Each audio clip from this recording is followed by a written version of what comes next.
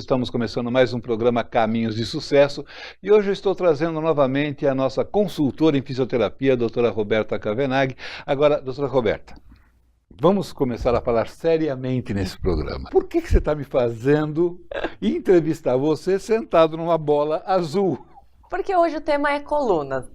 Então, nada melhor do que fazer a sua coluna ficar no lugar.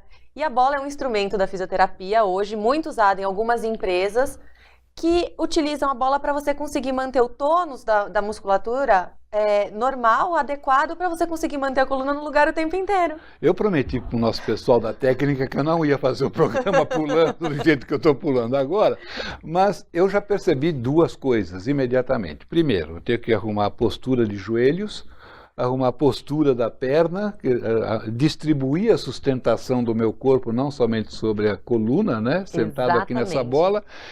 E não tem jeito de dar aquela, né, relaxada na coluna. Você não consegue relaxar, porque a partir do momento que você relaxa, você desequilibra, né? Então você tem que se manter. Então é um jeito de deixar a musculatura toda tonificada o tempo inteiro. E por falar em musculatura toda tonificada, isso significa distribuição de peso, distribuição de carga. Por que o nome coluna?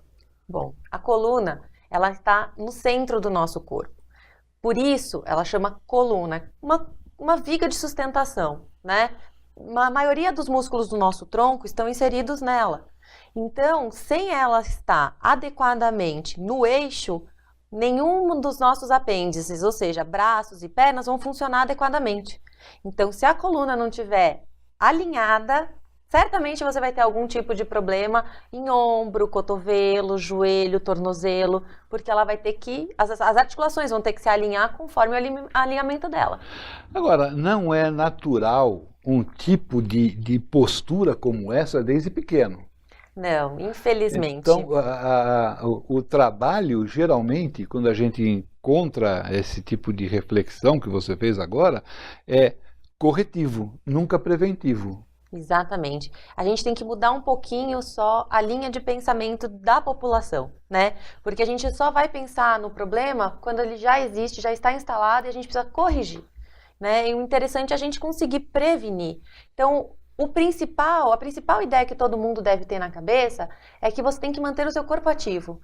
Porque mantendo ele ativo, a musculatura está mais rígida e ela sustenta melhor o seu corpo. De modo que se você não tiver essa musculatura rígida, não praticar nenhum tipo de atividade, ela vai cedendo, ela vai ficando flácida e o corpo vai se adaptando, né? Então você vai literalmente caindo, porque a força da gravidade é muito maior do que a sua. Mas eu estou percebendo que o corpo vai dando uma acomodada e procurando o seu melhor posicionamento, mas se eu mexer na coluna eu vou cair. Vai. Eu vou derrubar esse cenário, vou derrubar você, computador e tudo. Fatalmente, né? Melhor ficar aí na postura quietinho. Nessa postura quietinho, não me mexer muito. Agora uma pergunta, a gente fala no nosso programa muito sobre caminhos de sucesso. A gente fala muito sobre carreira, sobre desenvolvimento da carreira da pessoa. Agora o desenvolvimento da carreira não é só se preparar para a função que a pessoa exerce, mas preparar a sua saúde também para que ele possa exercer bem a sua responsabilidade dentro da empresa. O que é necessário para o empresário pensar para que ele possa ter e oferecer condições reais de trabalho preventiva?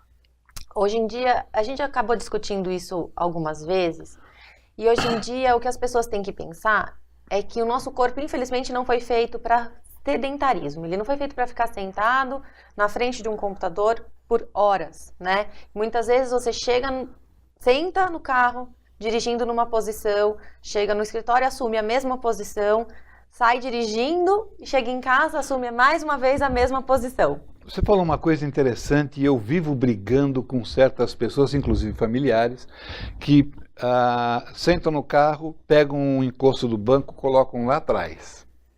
Aí tem que, eu vou me mexer, tem que buscar o acelerador, buscar o freio, estar quase deitado. Por que essas pessoas costumam fazer isso daí? É falta de orientação mesmo, com cuidado do seu corpo?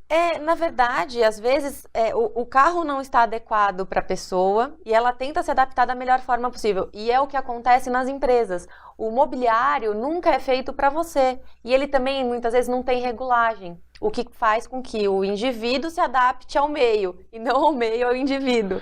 E aí isso é complicado. Aí é onde começam os problemas de patologia óssea? Exatamente. Um dos grandes problemas que acontecem são as inflamações, exatamente pela sobrecarga, muitas vezes assumida dentro da postura de trabalho, né? Ou às vezes ela já é hereditária e a gente só dá uma ajudinha.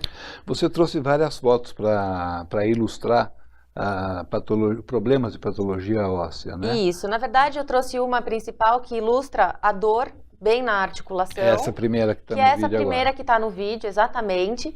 E ela nos mostra a inflamação, principalmente na região lombar, que é a mais acometida, porque é uma região na nossa coluna que tem maior movimento. É ela que tem o maior movimento na nossa coluna. Então, normalmente, é a que sofre mais desgaste, mais sobrecarga, e com isso vai gerando alguns processos ósseos. Às vezes, ela causa os famosos bicos de papagaio. Conhece? Já ouviu falar? Eu já ouvi falar do bico de papagaio. Outro dia, me preparando para entrevistar você hoje, falando de coluna, eu vi a foto de um bico de papagaio, onde ele está assim mesmo, né? Ele fica incrível, no raio-x. Isso deve doer, que é horrível, porque ele deve morder tudo quanto é... Às vezes ele não causa tanta dor, mas às vezes sim, porque ele fica pensando determinados... E aonde que é normal dar o bico de papagaio? Em cima, no meio, embaixo? Então, na verdade, o bico de papagaio ele se dá mais aonde a gente descarrega mais peso. Então, suponhamos que uma pessoa tenha uma escoliose, que é uma curvatura lateral da coluna. Como eu descarrego mais peso deste lado do corpo, é nesse lado que vai ser depositado mais cálcio na coluna, porque ele sabe que aqui aguenta mais peso, então ele vai lá e coloca mais cálcio para se tornar mais resistente à coluna. E aí ele vai formando uns biquinhos, e esses biquinhos no raio-x parecem um biquinho de papagaio. Por isso, o nome bico de papagaio. Mas esse é só uma das coisas, né? Quando entra a parte de hereditariedade, que é de família, então nós vamos entrar em tumores ósseos, às vezes pode aparecer, e também por conta de carga, às vezes com pessoas que trabalham mais com movimentos braçais, enfim, a gente pode começar a ter artroses. E quem está acima do peso? Bom, acima do peso, você não está carregando mais peso? Mesma coisa, a coluna aguenta um X. Ela foi desenvolvida por um X. Devia vir com o manual de instrução, né? Suporta até tantos quilos. Exatamente. Mas uma pessoa magra, por exemplo, quando ela carrega um saco de arroz, ela sente o peso. Mas quando você adquire esse peso, você não sente. Então, você só sente que você fica mais devagar, que as coisas acabam sendo um pouco mais sofridas, mas você não sente a coisa acontecendo lá dentro. Mas depois de um tempo, quando o problema se instala, as dores também vêm junto. Vamos ver a próxima foto, pedi para a Fernanda colocar no vídeo? Essa próxima foto, a gente está falando um pouquinho de protusão e hérnia de disco, que na verdade é uma degeneração. A gente já vai entrar nas doenças degenerativas, tá? Esse disco que tem entre a vértebra, ele é o nosso amortecedor. E dentro dele, normalmente, a gente chama de núcleo pulposo, é uma região onde a gente tem água. E ela hidrata e desidrata conforme o dia vai passando. Que essa parte rosa da a foto, parte rosa, né? É a cartilagem. Uhum. A parte de dentro é a parte aquosa. Uhum. Então, às vezes, por a gente, de novo, dando o exemplo da escoliose, jogar mais o corpo para um lado do que para o outro, a incidência de carga no disco acaba sendo só de um lado.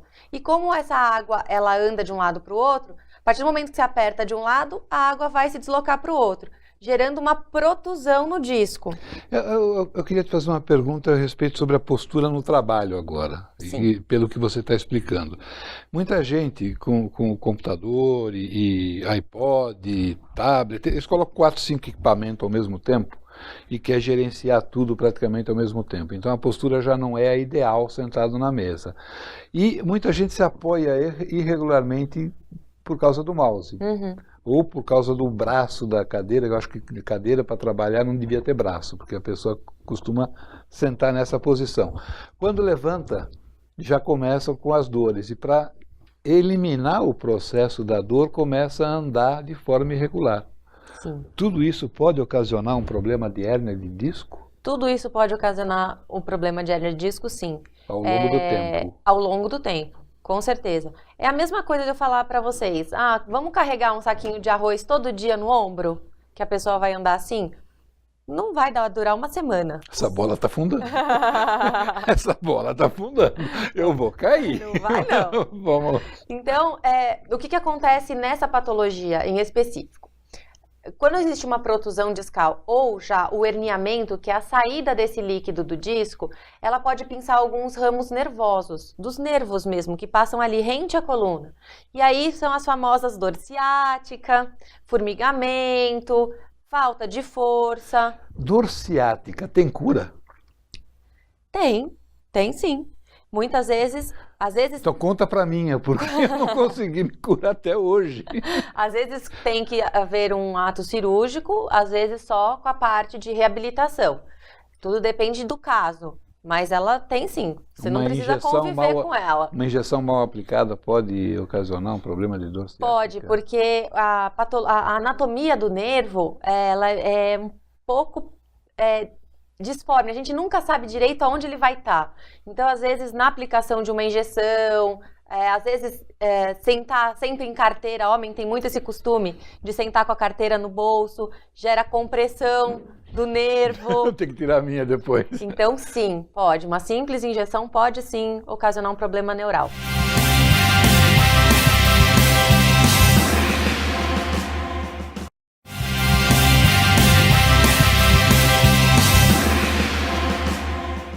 Nós estamos voltando com o programa Caminhos de Sucesso. Doutora Roberta está rindo aqui ao meu lado, que como vocês vão perceber, eu já abdiquei da bola e já estou sentado na minha poltrona normalmente, porque sentar correto também cansa.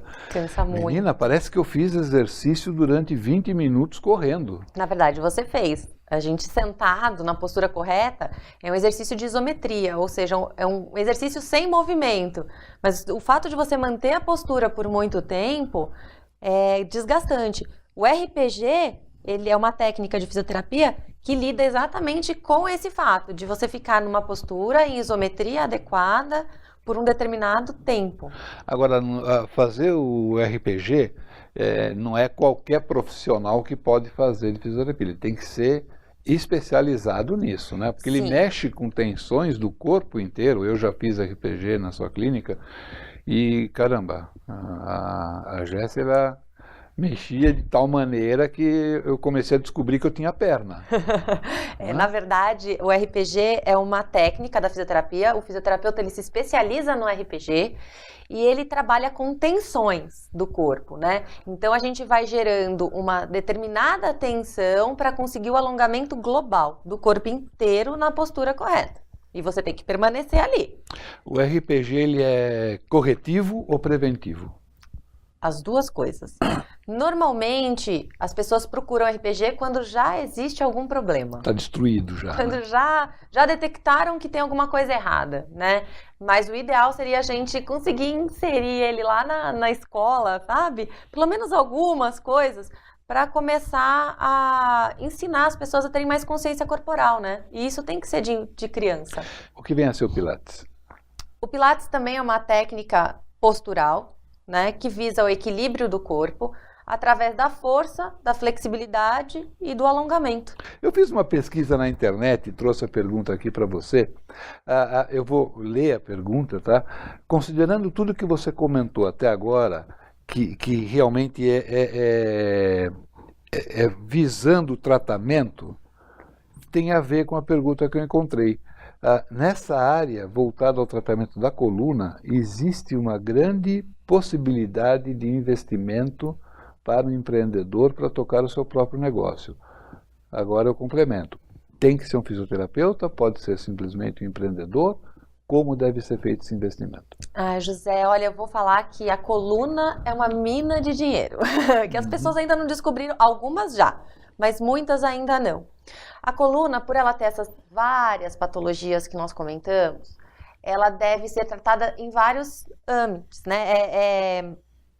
Na preventiva, com a fisioterapia, ou na ginástica laboral dentro das empresas, na parte de tratamento com médicos, alguns outros especialistas.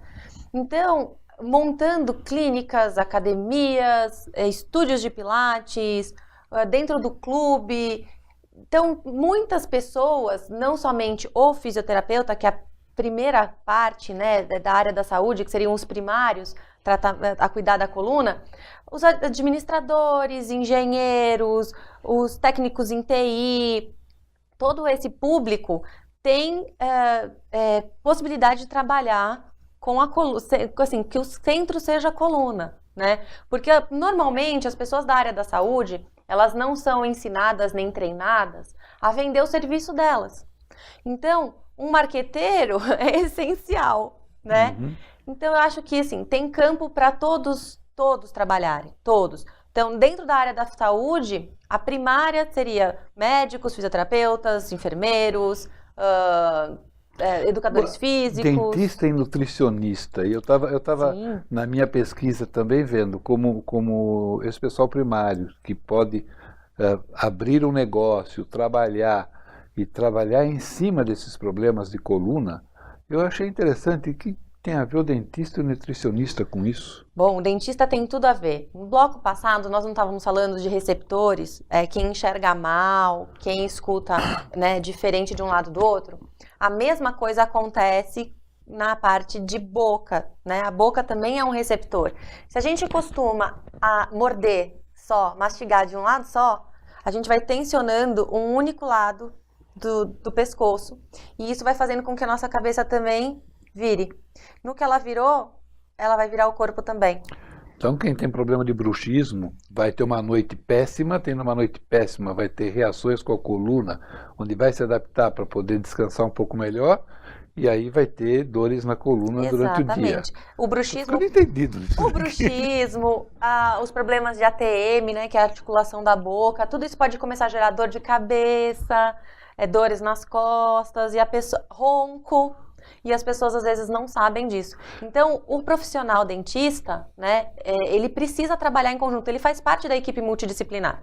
Então, quando a gente tem um conjunto de profissionais atuando com a gente, fica bem mais fácil de diagnosticar e encaminhar. O nutricionista, ele cuida do quê? Do peso, né?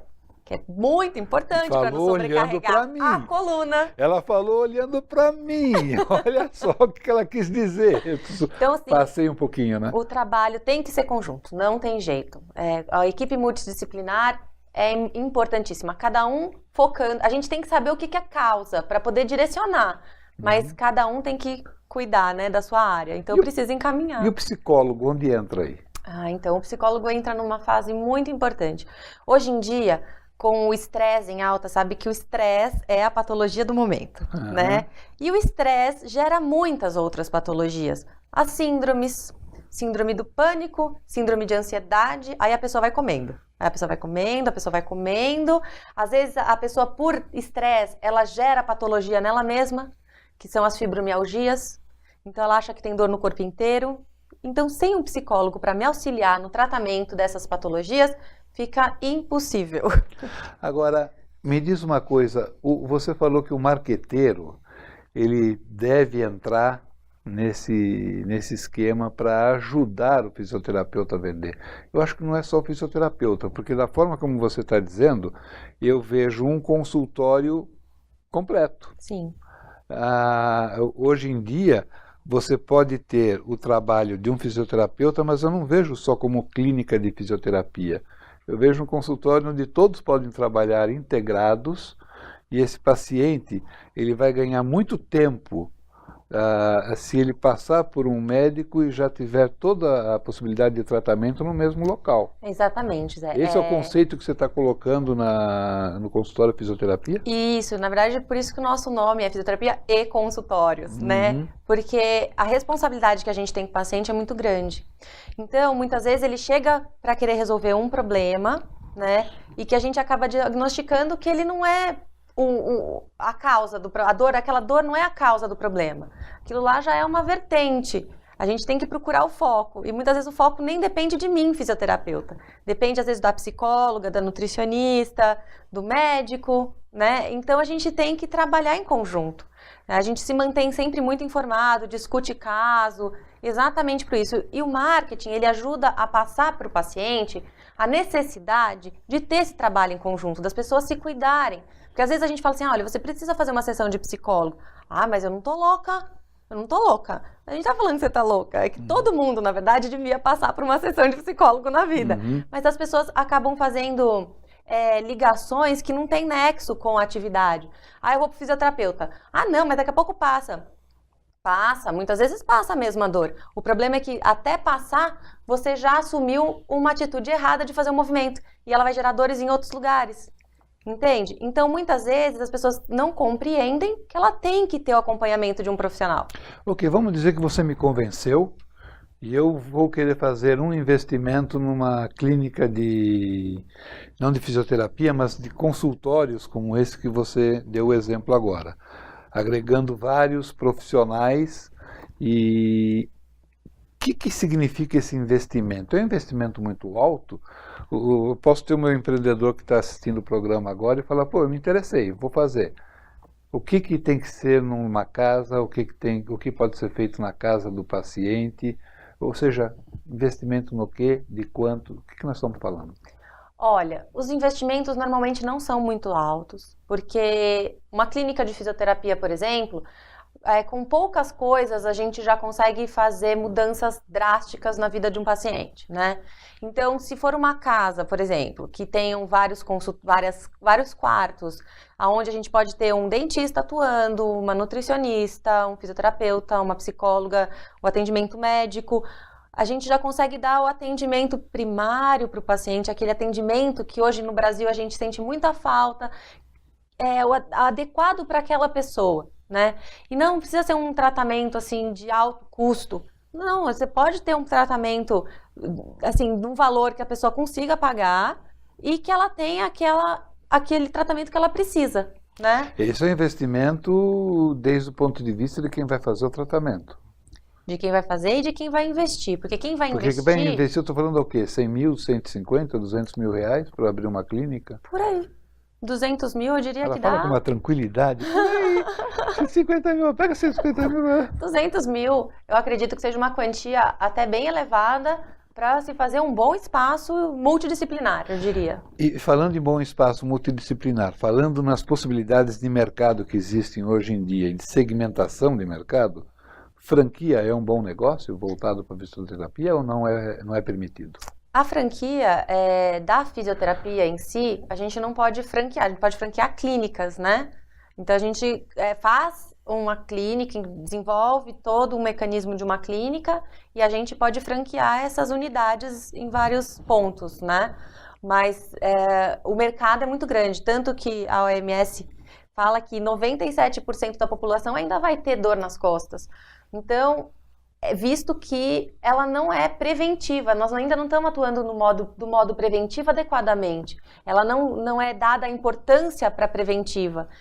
Então, quanto mais a gente colocar na cabeça das pessoas que elas precisam se cuidar, menos dor a gente vai sentir. A gente vai tratar menos dor. A gente vai ter uma qualidade e pessoas mais velhas com uma qualidade de vida muito boa. Você falou da socialização do pessoal.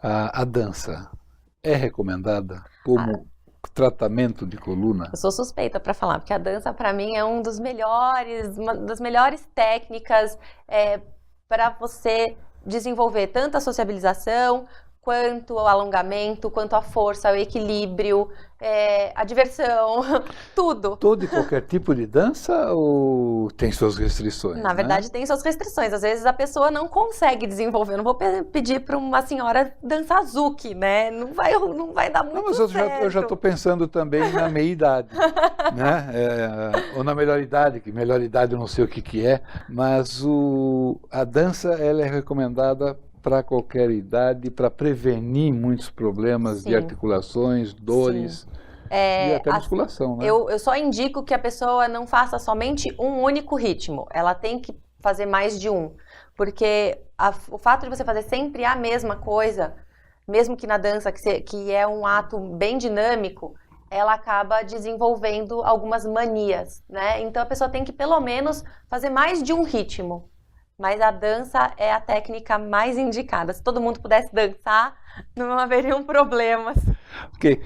Roberta, eu gostaria de pedir, nós estamos chegando no final do programa já, infelizmente. Infelizmente. Aqui eu não tenho o público do Jô Soares falando, mas é mesmo, porque realmente ela estava fazendo alguns exercícios, o pessoal da técnica aqui atrás estava um olhando como estava sentado, o outro olhando como estava andando, esse sinal de que é realmente empolgante o tema. Mas deixa uma mensagem para o meu público olhando para essa Câmara Central, dizendo o que eles devem fazer para tratar bem da sua coluna. Olha, a mensagem que eu deixo é que todo mundo comece a se olhar, ver que as coisas não são tão simples, que o peso não é só aquilo que você acha. O corpo, ele tem data de validade. Eu sempre falo que ele tem data de validade. Por isso, temos que cuidar dele antes dele vencer. Doutora Roberta, muito obrigado por estar vindo no meu programa mais uma vez. José. Muito obrigado por me fazer sentar numa bola e descobrir que sentado a gente se cansa também fazendo exercício. Nós voltamos no futuro com a doutora Roberta, aguardem, ela vai voltar no nosso programa falando sobre vários temas interessantes e nos vemos no nosso novo programa. Foi um prazer estar com vocês aqui hoje. Caminhos de Sucesso se despede e até lá.